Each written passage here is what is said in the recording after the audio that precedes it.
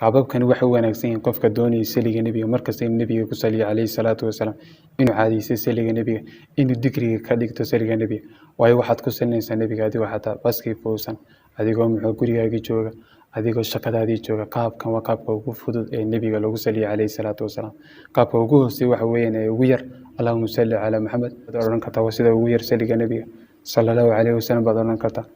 اللهم صل وسلم على نبينا محمد نبي أدوك سلين كرتو آيات القرآن كنا وقاب كأي تلمامس ولمن آيات دي القرآن كأيات وافق ذي أرن كي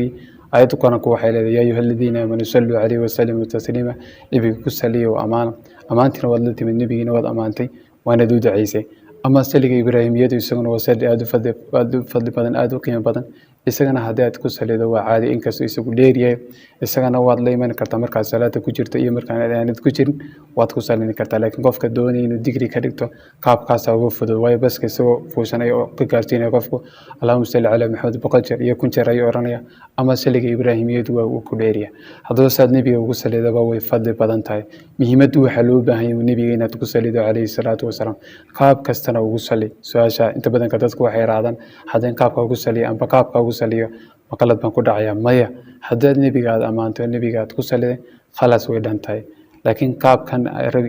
saliga ibraahimiyada waa qaab xadiis baa kusoo arooray waana qaabka ugu fadliga badan iyadana haddii aad akhriday ajar fara badan baad helaysaa kaana haddii aad akhriday iyadana ajar fara badan baad helaysaa saad nebiga ugu salidaba nebiga haddaad ku saliday calayhi salaatu wasalaam ajar fara badan baad helaysaa haddaba yaan lagaaga dheerin saliga nebiga su-aashan aan doona inaan ka jawaabo in badan soo noqota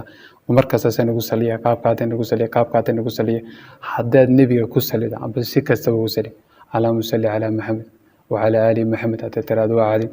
اللهم صل على محمد اللهم بارك على محمد وصلي على محمد qaabkaad ugu salidaba qaabkaad aragtaba qaabkaas ugu wanaagsan saliga ibraahimiyaduna waa sali aad u fadli badan xadiiska araanaysan ku saaroolay isagana badi isagana ku dadaal kaana isku wad saliga ibraahimiyaduna isagana waxaad akhridaa markaad jaanis u hayso awoodisan isagana akhri markaad doonayso inaad ku digri markaas aad akhridana ka yar akhri والسلام عليكم ورحمة الله وبركاته لعل لقى يا بين السؤالين أترادين سين كجواب